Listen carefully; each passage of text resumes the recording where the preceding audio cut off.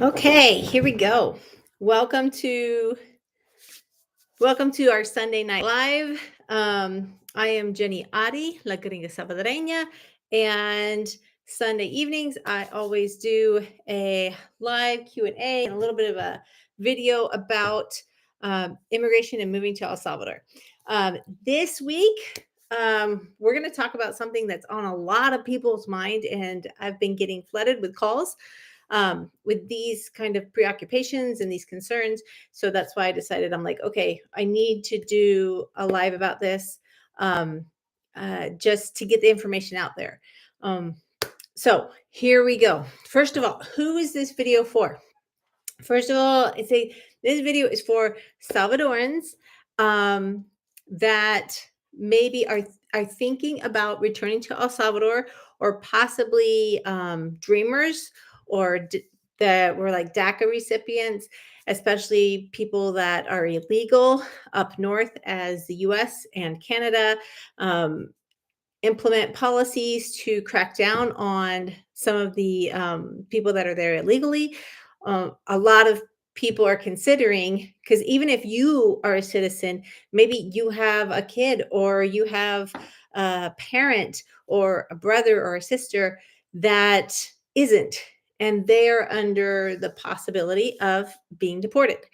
And so instead of kind of waiting to get, pushed out, there a lot of people are being kind of proactive and choosing, you know what? I don't like being forced to do anything. So I'm going to choose, I'm going to make a plan, and I'm going to move before I'm forced to move. Which even if you don't get deported, it's always good to have a plan B, because just sitting and wondering and being with your all your nervios and your ansiedad, just sitting there with the what if, it's no way to live. It really isn't. So that's what this video is kind of centered towards. It's not necessarily centered towards expats, centered more towards Salvadorans, as I said, that are possibly illegal outside of the country and are thinking about coming back, or also mixed families. If you are Salvadoran and you're married to a gringa or a gringo, I just had a call this week from from a woman who was a gringa, or an American, who's married to a Salvadoran that's in the U.S. illegally, and they have a baby, and so now they are planning to come back to the U.S. And a lot of Salvadorans that have been saying, "Oh, well, I'll do it maybe a year or two, or when I retire."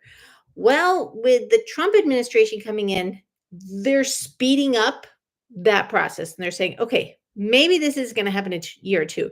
Maybe it needs to happen now. But doing things in a rush can be sloppy and messy. So that's the other reason why I'm making this video. Now, if I'm talking to you, and I have to say, I'm sorry, but the chat is not working for me. I'm sorry if you are chatting. I can see little hearts and things on the side, but I can't. I'm sorry, but I can't see your comments. I don't know what's wrong. I'm sorry, but thanks for the hearts. Thanks for the likes. But here we go. So this is the first thing I want to address, because I'm a big proponent of not living in fear. If you are prepared, you shall not fear. And if you are connected with your faith in your own spiritual connection, you also have a whole lot of peace and tranquility and kind of strength in being calm. So let's get straight into the things that you do not need to fear about if you're thinking about coming back to El Salvador. Number one, a big one is if I have tattoos. Well, if I have tattoos, the régimen de excepción is still in place. Is that going to be an issue? Am I going to be, taken up? I'd say, first of all, I have lots of diaspora friends that live here, and they've got tats all down their arms, and I'm not saying they're gringos, because typically, the police almost never stop gringos, because we're kind of obvious. We're not from there. But Uh, but even as I said, even my Salvadoran friends that have tattoos, they're not worried about it. It's you got to make sure that none of your tats look anything like an affiliation with the malitos. If you do have those kind of tats, then yeah, you might want to get them removed or make sure you're squeaky clean. Make sure you don't have a record. That's the other thing is a record. If you are applying to come back to if you are thinking about coming back to El Salvador and you're going to go through the immigration process, say you are a Salvadoran woman that's illegal and you want to come back with your gringo husband, okay, but your gringo husband maybe has a record in behind. What happens is um, what happens is that you you don't necessarily need to be leery, I should say. Like we've helped some people obtain their residency and they didn't have a squeaky clean background. You know, they had one or two things on their police check because one of the main requirements is you have to have a police check, background check from wherever you've been living for the past 2 years. So if you've been living in the US for the past 2 years, you have to come with like an FBI background check that's apostille from wherever you've been living for the past 2 years. And it doesn't have to be, as I said, it doesn't have to be completely clear. You know, if you had a stupid, you had a stupid night, you drank too much, and maybe, you got busted for loitering or something small. Um, don't worry about it. They're probably not going to. I would still say try. Let's put it that way. If you have big violent things or lots of charges on in the past 2 years on your police record, yeah, then you're probably not going to get through. But again, all we at Living Like a Local, we just prepare your immigration package and make sure it is complete and we submit it. Um, all your immigration and your residency status will always be determined by the immigration office. That is outside of our hands. But you just need to know that that is one of the main requirements. Is it you have a police background check from where you've lived for the past 2 years and a police background check from here in El Salvador. Um, Next thing is okay, big fears. But maybe I was born in the US or I don't speak Spanish because I grew up here and well, my mom's illegal though and so I'm going back. I'm not going to just ship my mom back and stay here. So, but I don't necessarily know Spanish. I've grown up in America and I know American culture and I'm pretty much full American. And you know what? That is not necessarily a big deal either for two big reasons. Okay, one, you do need to learn Spanish, honey. If you're coming here, learn Spanish. Um, get started with online videos, YouTube. We usually, our clients that we come in, we get them started immediately into these online Spanish classes. That when you get here, my friend Eddie, he does in-person classes afterwards to help you get integrated into society. Two, there are wonderful in my shop. I have a really great little it's called Fluent Talk translator. It's like this little box that does not need Wi-Fi. It does not need internet connection. It is you can use it anywhere all by itself, and you talk into it, and it will speak back out in the language that you want it to speak in. That you can give it to the person that you're talking with. They can talk into it in Spanish, and it will translate it straight for you. There's that. There's always Google Translate. Some people, I recommend the Fluent Talk over Google Translate because then you're dependent on how great your signal is. If you don't have a good signal, then you're SOL.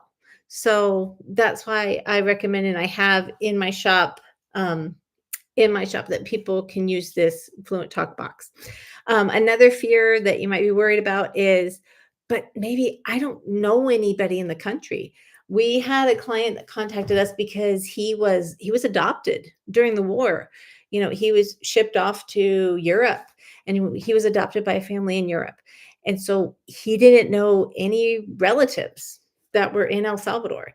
And he's like, I don't know anybody in the country. I just know that I came from there. Um, that, you know what? I have a confession. When I came to El Salvador, I at first I didn't really know anybody in the country either. I knew one guy that I had met. Um, and hello, it worked. Now I know lots of people in the country. I have a lot of contacts. And Salvadorans are so friendly, and it is easy to get in with social groups. Doing the things that you love can introduce you to lots of different social groups. That's one of the things I do. We do with our clients is once we help them get, a house, we help them get, how they're going to get the basics of life. The big next step, the biggest step is we help them get integrated into society, not to sit in a bubble. No, we don't do the expat bubble thing here. This isn't Mexico or Panama. No, this is integration into El Salvador. So we get them into social groups like a church. Let's find a church for you, that where you can find people that have similar values and beliefs to you.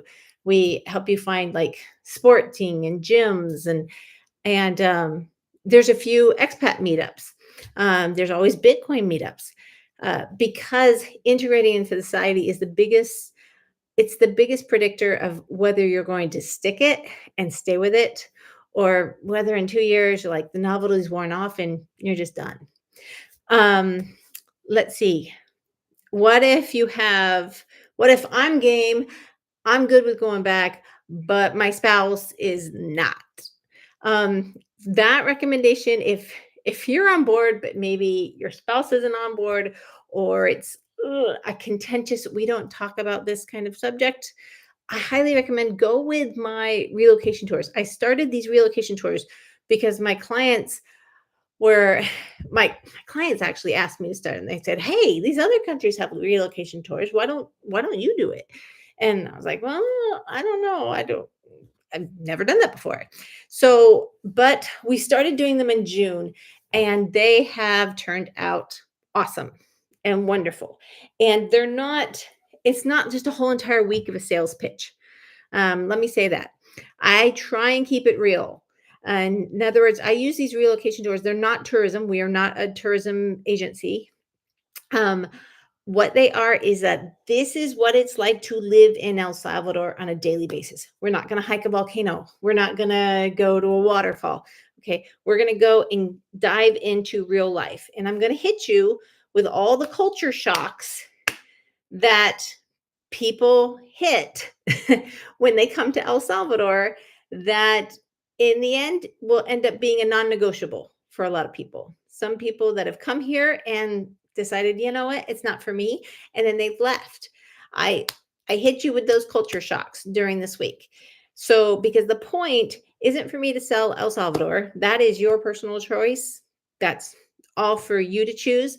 Is for me to show you what El Salvador has to offer, also to show you the things that you will have to deal with that turn most people off. And by the end of my weeks, people that start the week with like a 20, 30%, I don't know. But by the end of that week, you will have a 90% surety. Yes, no. Either I can live with the noise, the heat, the dogs, or because my priorities and how I want to live free is more important to me, or no, I need to go look somewhere else, or I have to have a different plan, because knowing for sure is the most important thing. It's not about, I mean, I don't care if you come to El Salvador or not.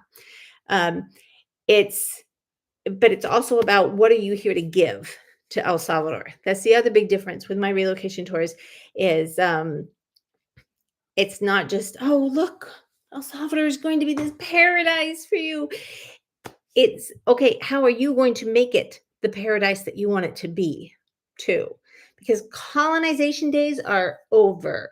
So you can't be coming in here like an entitled gringo and looking down upon the people, because you are the guest in the country. So just an FYI. But if you have a spouse that is really dragging their feet, tell them to come on my tour, and I will get really real. Great English, isn't it? But I will get very real with them about what it is, and what it's not. And I use a little bit of my life coaching skills to really dig down to what the real blocks are, to what's keeping you from coming here or making that choice, making that decision and moving forward, and what's an excuse. Because a lot of times we hide behind excuses to not address our true fear and our true concern. Okay, next thing. So those are the things that people worry about that honestly you don't really need to worry about. Oh, I've got some. Oh, the comments came up. Yay. Here we go.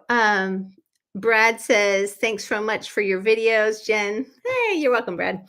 Uh, got to meet, oh, he got to meet my husband at the Adopting Bitcoin conference. Yep, he is a good guy. I agree. I agree. That's why I married him. Let's see. Brian says, hi. Hi. Don't worry, everywhere speaks Spanish. Brian says that everywhere speaks Spanish in El Salvador. I don't know about that, Brian. If you go back into some barrios, you're not going to get very much English. Um, but but it is getting better, and there are more English speakers.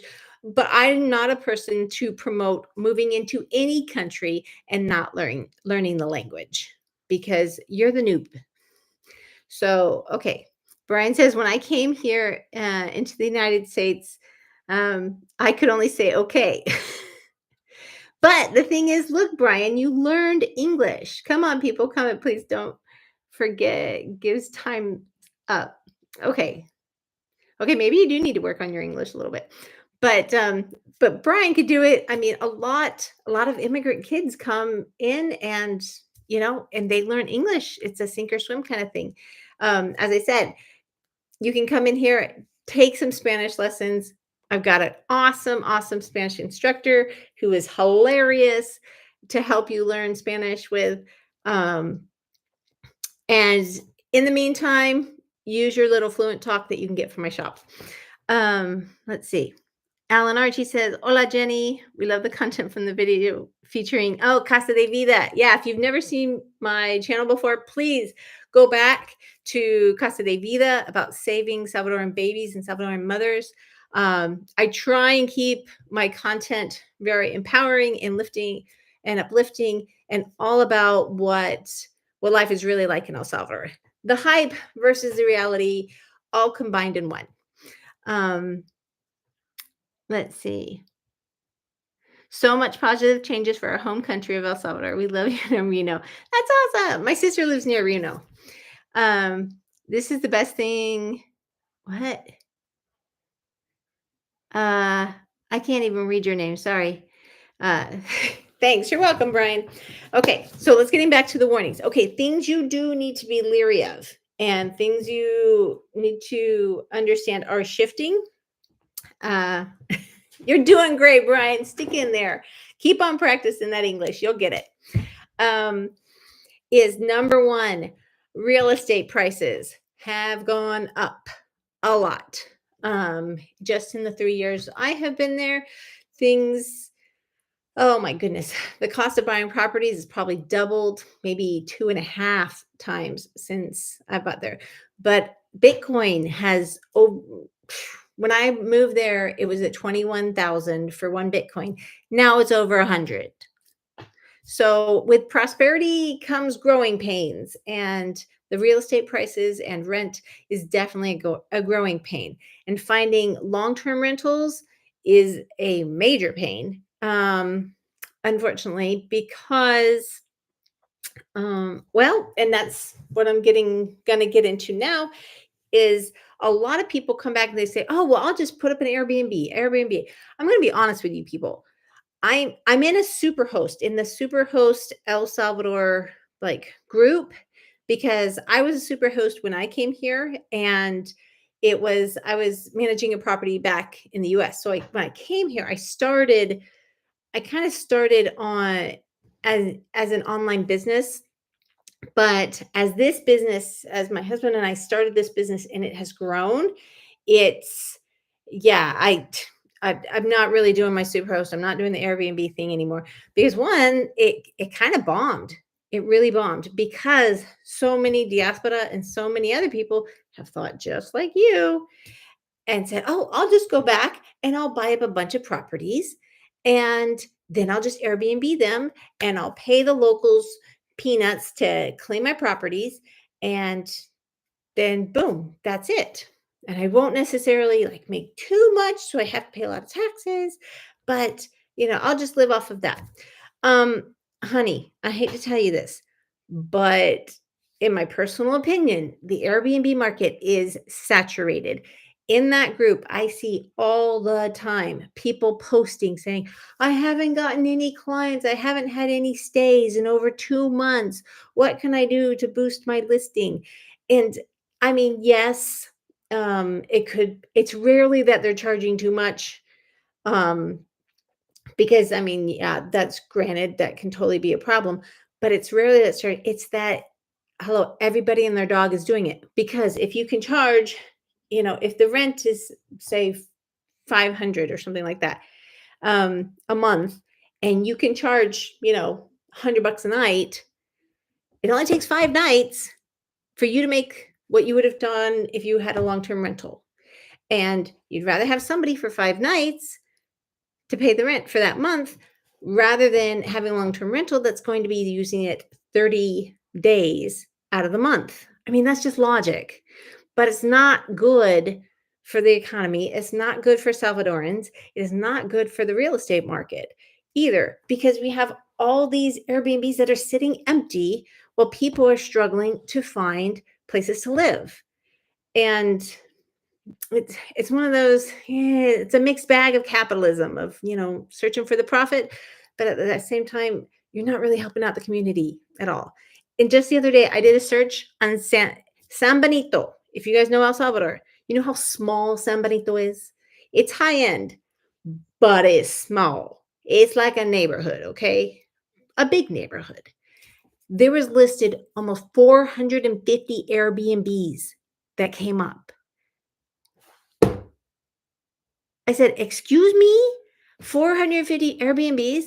You gotta be kidding me." I'm like, "Nobody lives there anymore, do they?"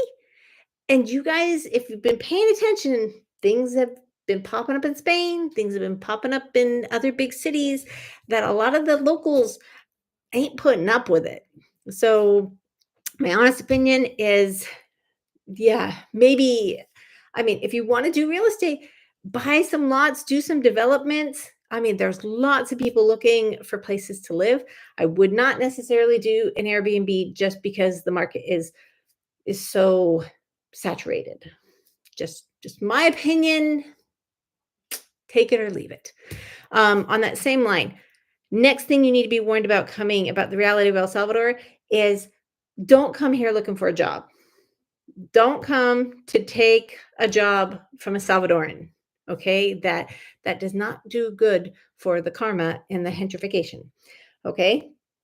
So what I do recommend and what I help people do when they come here is I recommend start a business. It is great and easy to get. There are lots of great workers that are highly skilled here in El Salvador, and you can use LinkedIn, you can use university job boards. I just hired my assistant from LinkedIn in El Salvador. When I put the job post out, I said my assistant, I said the platforms that I used and what they needed to be good at and stuff. I got within 2 days, I got 11 applications. I I went through all those applications, had them do their research on me, my company, what they were going to be doing. Then I conducted about, I think, 4 interviews. And after those 4 interviews, boom, I got my assistant. And he is so excited. He is, he even started studying, and the platform that he didn't know, that I used, he started studying last week, even the week before he actually started working for me. I mean, that's the awesome type of Salvadoran workers that you can find down here. The youth especially are hungry. They have such big dreams and they are ready to work and fight for them, because now the American dream is down here in El Salvador. Dude, if I put in the pilas and I work hard and I study hard, if I am worth it, I can get it. Whereas before in El Salvador, nah, you could be amazing and still get paid peanuts. But that is starting to waft away. And that's a good thing, in my opinion. Okay, next thing is okay, so come here to open a business or to start a business or work online, but don't take a Salvadoran job. That's because two reasons. One, it usually pays peanuts, and you'll be like, what? I have to live on this for a month? How in the world do I afford rent? Blah, blah, blah, blah. Okay, one, it pays very little. And two, as I said before, you're taking a job from somebody who's already here. And it doesn't do good for the foreigner diaspora relationships with the locals. Let's see, next thing. Oh, warnings. What you do know, if you know Latin America, you know that scams, the main thing that drives people away and out of Latin America is scamming and corruption and crooks. So, the main thing that you need in Latin America is a good lawyer. You don't necessarily need a good realtor and a good banker and a good this and a good that. Because down here, you just need a good lawyer and maybe a good car mechanic, an honest car mechanic too. That helps if you have a car. But you need reliable contacts and people that you can trust. That's part of the reason why we started Living Like a Local is because if you're a local person, you've got experience, you know the people you can trust, and you know the places to go, the places not to go. You know the people that I was like, no, I wouldn't tell my worst enemy to go to that guy. You know, you when you're local, you know the ins and outs. So we started Living Like Local to help with that integration. And that's why we have legal services. Legal services is that's our main business. We read all your contracts before you sign them. That's a big one. And two, we help you make sure everything is legit and that you are legit and doing everything the right way because I had to say this, but we got to get real about the shift that's happening in El Salvador because there's even people from like Panama that are coming up here. It's not just, gringos and Bitcoiners that are coming here, but people from other Latin American countries like Colombia, Panama, they're just like, I'm done with people trying to screw me over with every single transaction I make. And like, I'm just done with the culture here. I want to, it's, I mean, I had a guy just the other day contact me and say, you know what? He's like, I'm done with this country. I can't even make friends because if I make a friend, I know they're probably going to end up trying to, swindle me or, get my business some way or try and, juice me for money. And so he's just like, and the good thing about El Salvador is integrity is the vibe in the air, honesty, and the Salvadorans have suffered for so long under corruptions and crooks and having to sit there and see extortion going on and not being able to say anything because they didn't know who they could trust, that they ain't having it no more. Sorry to bring out my old southernness there, but they're not. A Salvadoran will sit there and whip out their phone in 2 seconds flat and be recording and posting you on social media doing anything twinkle, anything that's, I mean, you're like doing the wrong kind of parking move, it doesn't matter what law you're breaking. If they can catch you being corrupt or not doing things right, boom, it'll be all over social media. They will tag the police, they'll tag the president, they'll tag everybody. And so, in that aspect, I mean, I tell my clients all the time, keep your nose clean. You are a newbie, you're a visitor to this country. No, you keep your nose clean and you walk a straight line. Because you do not want to get into trouble because the people here they won't take it. They won't stand for it. They went through it for way too many years. So the good part about that is there are a lot of scammers still out there, especially if you are very white. Um, Sometimes they have the gringo tax where they automatically will jump up the price if you are a gringo. That is very common. That's also why that's one of the services we do when we help people negotiate for their homes and their cars and things like that. Try and keeping it fair here, guys. We help them not get scammed because that is so prevalent. But really, that's what I'm saying. Really, the thing you need is a good lawyer. That's why I vetted in over the 3 years that I've been here. I have vetted almost all of our partners have to go through a long vetting process. And one, they have to be Salvadorian owned and operated. We're trying to promote the country, right? Two, they need to have really good English because most of our clients know English and they don't want anything lost in translation. And three, they need to understand kind of first world standards and expectations. And four, they usually, and this is kind of the clincher, this is a new thing, is I usually like to offer them a way to give back to the community, or they have some kind of charitable arm, or here it's called responsabilidad social, in a way that they're trying to raise El Salvador too. And their business isn't just about making the money, because that's how we get El Salvador sovereign from other countries, is we start taking care of our own instead of looking for others to take care of us, including the government. So, okay, last thing about warnings. If you are coming from Canada, if you are coming from the US, if you are coming from up north, okay, how do I say this?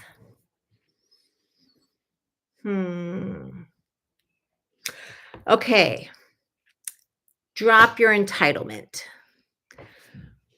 If you have had the privilege of living in what they deem a first world country, okay, and you have had the privilege of not of having a of speaking two languages, of living in a country where you're free to walk up and down the streets, where you're free to dream, where you could just work and you could get paid a decent way, you could actually progress and move forward and work hard and then get rewarded for your hard work.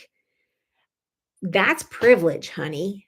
If you haven't gone to any, say, second or third world countries, a lot of times you don't realize it. But living in a truly free and kind of progressive country is that's privilege. And with privilege comes responsibility and it comes entitlement. You get used to a certain level of standards. And when you come to El Salvador, you've got to lose your entitlement. You've got to lose your, what? You're washing dishes with cold water? You can't do that. You've got to lose your shock effect. You have to drop your judgment. Yes, you can wash dishes with cold water, and guess what? They will still turn out clean. And there's all these people that have been doing it for lots of years, and look, they haven't died. It's amazing. Um, it's some big cultural shocks, but you have to lose a lot of your, oh, I would never. You know what? You not gotta kind of take a step back and be a little bit more flexible, a little bit more laid back, and a little bit more observant instead of reactive. And you've got to start putting your priorities above your comforts. There's a lot of comfort in the US. There's a lot of ease in the US. There's a lot of convenience in the US. But there's a lot of things that are lost in all that spoiling. And that's gonna level if you move to El Salvador, that's gonna level back out because we don't necessarily El Salvador doesn't necessarily want to become the US. I mean, let's get real. US has a lot of problems. That's the reason why you're coming back, right? And El Salvador has a bunch of problems too. There's no society that's, perfect. But bring back the best things. Remember when you were first there in the US. Remember your first boss or your first teacher or that didn't judge you for your skin or for your accent or for how great your English was. Think about those people that didn't judge you, that helped you all they could, that gave you fair wages, that paid you and like promoted you and moved you up because of your merit and not because of and not because of, keeping you down because, they didn't like you for one reason or another. El Salvador still has a bit of classism. Don't bring that back. Don't be the, oh, but I'm a diaspora, but I've lived in the US, so I'm better than somebody who's never left here. Because that can creep in. Leave your ego and come back to lift and help and come back to bring the American dream here, to be that boss that sees the real potential in a Salvadoran that stayed here and give him ways to move on up. I'm not saying come back here and pay gringo wages to a Salvadoran because that's not necessarily going to help them if you're paying them this and they can't get a replacement job, except for it's down here because then they get used to this lifestyle up here. But if the job goes away, then, you know, they're stuck down here and they go postal and it's not pretty. Okay. I'm saying, yeah, you paying them a livable wage, but there's other ways that you can really empower your employees. Do becas, do scholarships for their kids, do maybe like your own little kind of medical health plan for like little private medical care for when them or their kids get sick. Think about models that you saw in the States, like Publix, Winco, these employee-owned models that where there's profit sharing, where there's equity sharing among the employees, so that as your company grows, your employees will grow and El Salvador will grow because that's the big shift that we want to create because we don't want El Salvador to be like the US. We want El Salvador to be the best El Salvador it can be, preserving its culture and not becoming gringoized. And at the same time, empowering where anyone can save. That's one of the greatest things about Bitcoin. I don't care what you think about Bitcoin. When it comes down to it, any Joe Smo guy that even makes 10 bucks a week can put $1 in Bitcoin. And if they did it starting 3 years ago, they would have more money saved up right now than they would have ever made in like a year or 2 years or even their lifetime. That's one thing I got to say I like about Bitcoin is it makes it so anyone can save and possibly have a retirement. Just saying. Anyway, okay. Anything else I didn't mention? I think I covered. Oh, and one big cultural shock. A lot of Salvadorans here, they don't they don't like risk.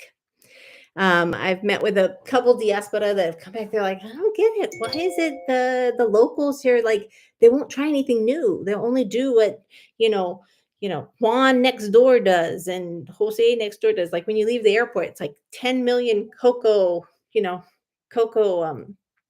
places where you can stop and get a cocoa to drink. And what I would give for like a menuda stand and a minuta stand, but it's because of their past, they are super, super risk adverse and they usually don't have enough to lose in order to really gamble on a risk. Um, and sometimes I know some diaspora and some people from other places, they get kind of frustrated, like, why are they just doing what everybody else is doing? It's because they don't want to run the risk. Um, so don't get frustrated with that. But especially if you're coming down here to start a business, give them little opportunities to try out their ideas, to try out a little bit of risk, mitigate the risk a little bit, to try out and to dream and to try new things.